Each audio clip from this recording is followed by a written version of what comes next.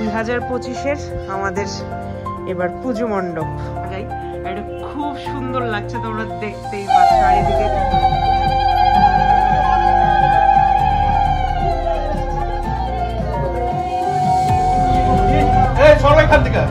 আমি কি করলাম? আমি কত দূর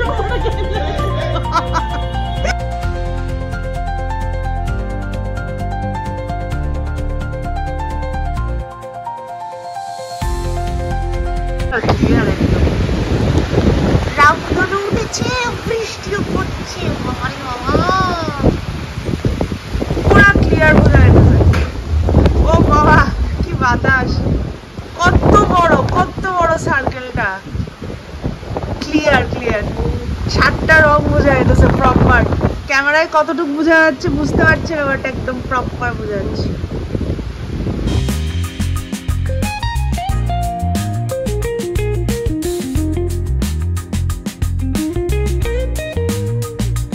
হ্যালো এভরিওয়ান, গুড ইভিনিং। কেমন আছো তোমরা সবাই? আমি খুব ভালো আছি and welcome back to my channel দীপুর পাচারি। আমার পিছনে দেখতেই পাচ্ছ মণ্ডপ একদম রেডি। আজকেই আমরা মাকে নিয়ে আসবো, একটু পরেই যাব। এখন বাজে বিকাল 7:30। আজকে ভাবলাম বিকাল থেকেই ব্লগটা শুরু করি। মণ্ডপ একদম রেডি। তোমাদেরকে বলেছিলাম লাইট টাইট সব যখন লাগাবে তোমাদেরকে দেখাবো। আর এটা যেজন সম্পূর্ণটা বানিয়েছেন, মানে এটা আমাদেরই একজন, আমাদের ফ্ল্যাটেই একজন থাকেন, একজন আঙ্কেল। উনি নিজের হাতে সব কিছু মানে টুকিটাকি যা আছে, যেমন এটা তারপরে অনেক রকমের ডিজাইন, সব কিছু ম্যানেজ, মানে কোনটার সাথে কিভাবে যাবে সব কিছু এভরিথিং আঙ্কেলটা করেছে। তো এই হলো আমাদের মণ্ডপ। এখানে মা বসবেন। এই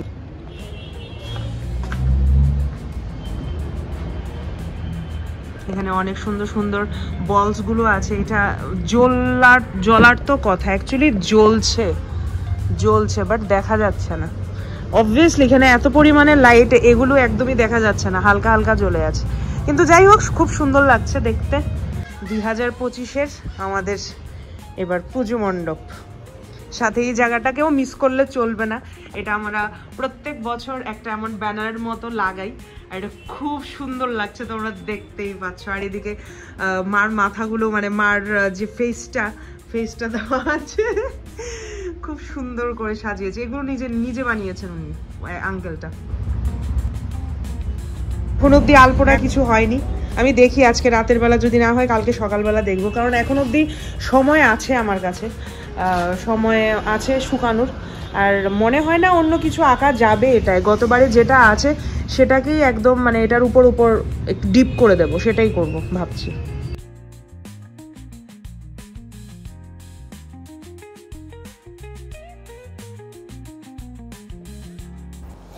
সাজুগুজু করে সবাই চলে এসেছি আমরা নিচে। আস্তে আস্তে প্রস্তুতি চলছে হলো মায়ের আগমনের। মা তো আমাদের বাড়িতে আসছেনি, জাস্ট আমরা শুধু এগিয়ে নিতে যাচ্ছি। আর সন্টু, দিদি, মা সবাই চলে এসছে। সন্টু তো আগে থেকেই বলেছে যখন দুর্গা মা আনতে যাব তখন কিন্তু আমরা যাবো। আমি কি হ্যাঁ নিশ্চয়ই যাবো।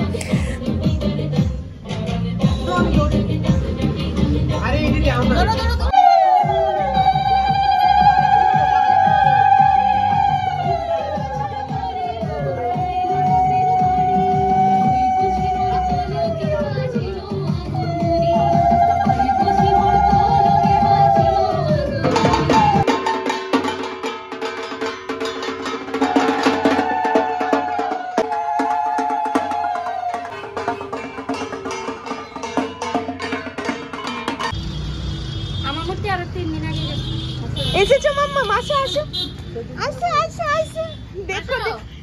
দেখো এই ঠাকুরটা নিয়ে যাব।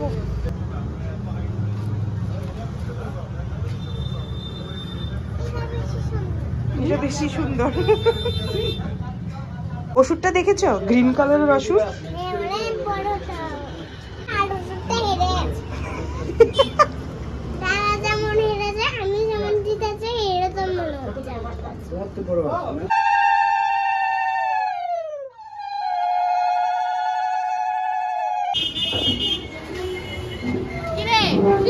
যাবি না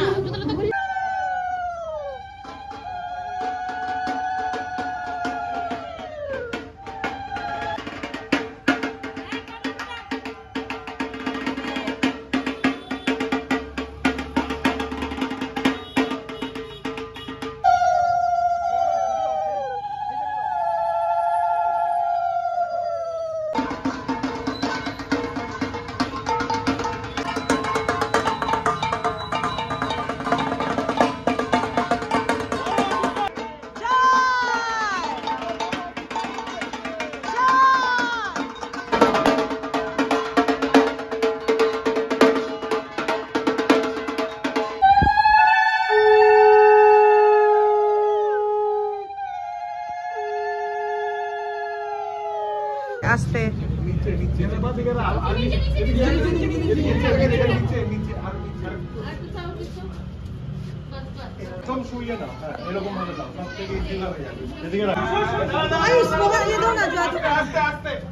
বলো দুর্গা মাই কি জয়, বলো দুর্গা মাই কি জয়, বলো দুর্গা মাই কি জয়, বলো।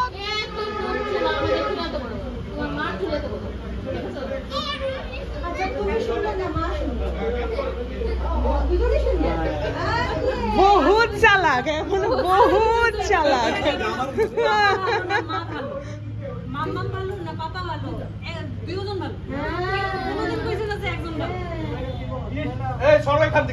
উমা আমি কি করলাম, আমি কত দূর বলো দুর্গা মাই কি জয়, বলো দুর্গা মাই কি জয়, বলো দুর্গা মাই কি জয়, বলো দুর্গা মাই কি জয়।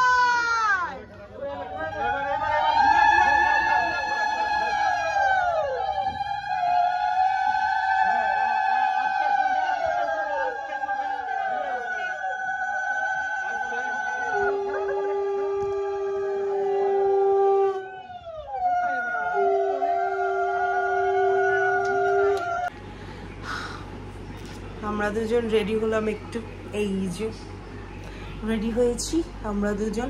আজকে হলো পঞ্চমী, না সরি সরি সরি, আজকে চতুর্থী, আজকে তৃতীয়া, আজকে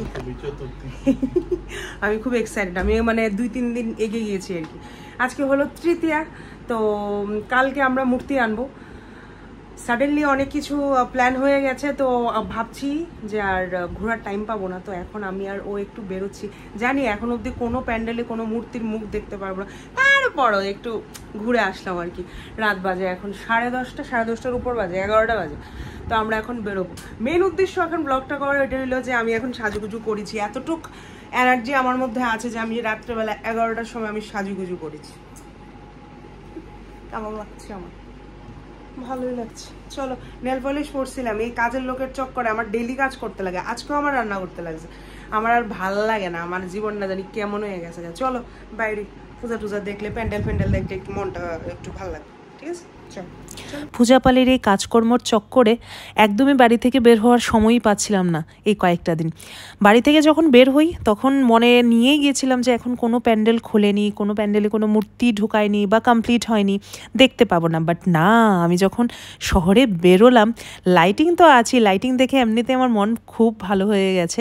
কিন্তু আমি অনেকগুলো কিন্তু টুকটুক করে অনেকগুলো আমি মূর্তি দেখেছি, যেগুলোর মধ্যে সব থেকে বেশি ভিড় হয়, ভালো হয়েছে সেগুলো আমি দেখে নিয়েছি। যেমন এয়ারপোর্টের দিকে একটা মূর্তি, তারপরে ভারতরত্ন ক্লাব, শান্তির পাড়া, তারপর চিত্তরঞ্জন, নেতাজি প্লে সেন্টার, এসব যেগুলো আছে সেগুলো টুকটুক করে দেখলাম।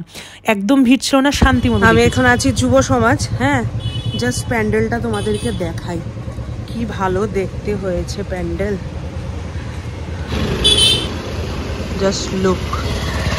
এদিকে আমি এখন ভেতরে ঢুকছি না, এদিক দিয়ে গিয়ে অনেকটা পুকুর পার হয়ে এই সাইডে এই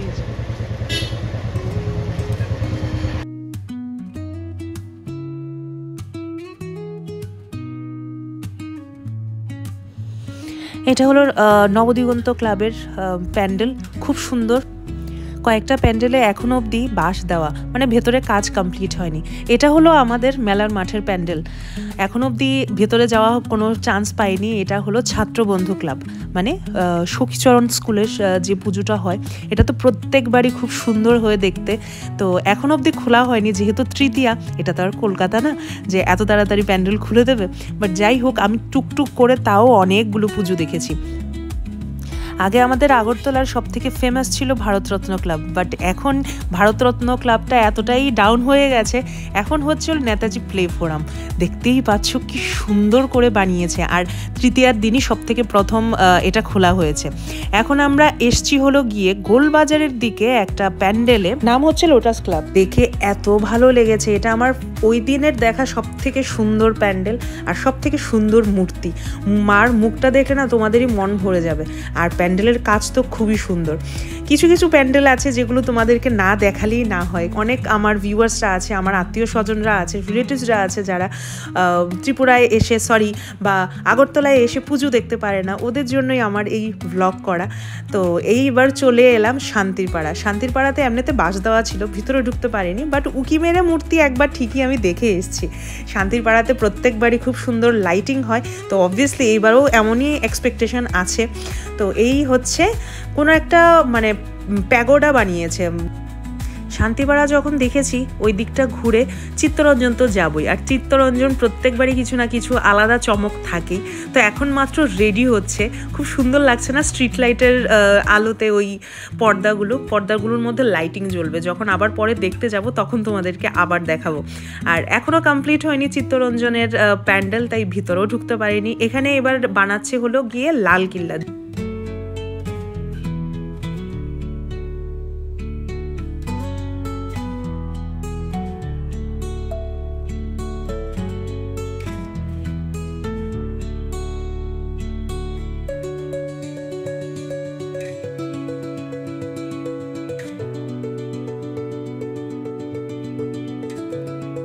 এটা হলো শিবনগর মডার্ন ক্লাব। কি সুন্দর বানিয়েছে, আমার দেখেই মন মানে এই উপরের জায়গাটা পুরো একদম আগা থেকে গোড়া অব্দি পুরোটা রাস্তা সুন্দর বানিয়েছে। আর আমার পুরো কামের বেডির মতন লাগতেছে। কি করবো, এত গরম না, এর উপর তো বাইকে, এর উপর হেলমেট, আমি কি করতাম, আমার কিছু করার নাই। চলো প্যান্ডেল দেখি, আমার দেখা লাভ নাই, তোমরা প্যান্ডেল দেখো। এই যে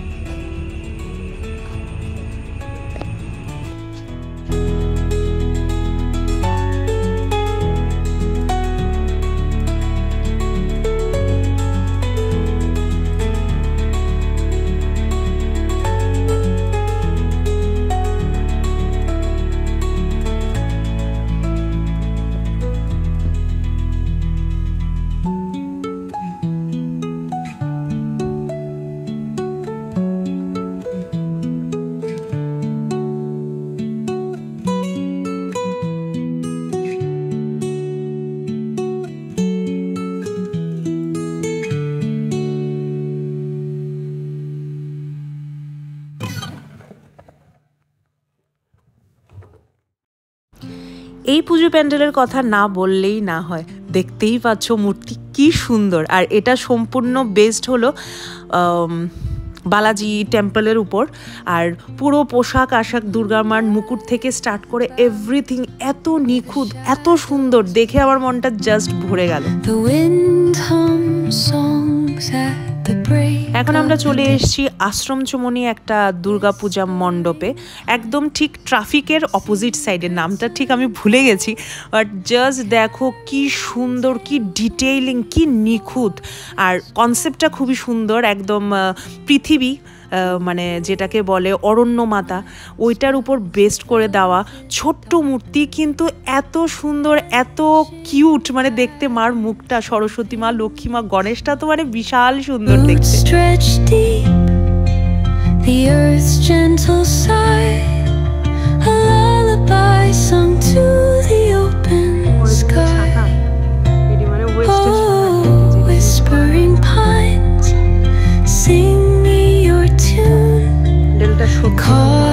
দেখতে এটা আশ্রমচমনির একদম মানে মুখেই যে প্যান্ডেলটা হয় সেটা। গত বছরে এটা একটু আলাদাই বানিয়েছিল আমার মনে আছে। আমরা এটা অ্যাকচুয়ালি গত বছর আমরা গাড়ি নিয়ে বেরিয়ে, এটা আমাদের ফার্স্ট প্যান্ডেল ছিল, আমরা এদিক থেকে শুরু করেছিলাম ঘোরা।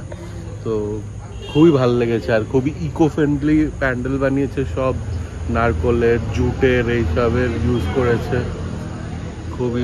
আর মানে something which can actually compete with Kolkata level. চলো, আমার ফোনের চার্জ আস্তে আস্তে মানে শেষ, আমার 12% চার্জ মাত্র ফোনে। আর আমি এখন দেখতে বেরিয়েছি পূজা, আমি কেমনে কি করে আমি বুঝতে পারতেছি না।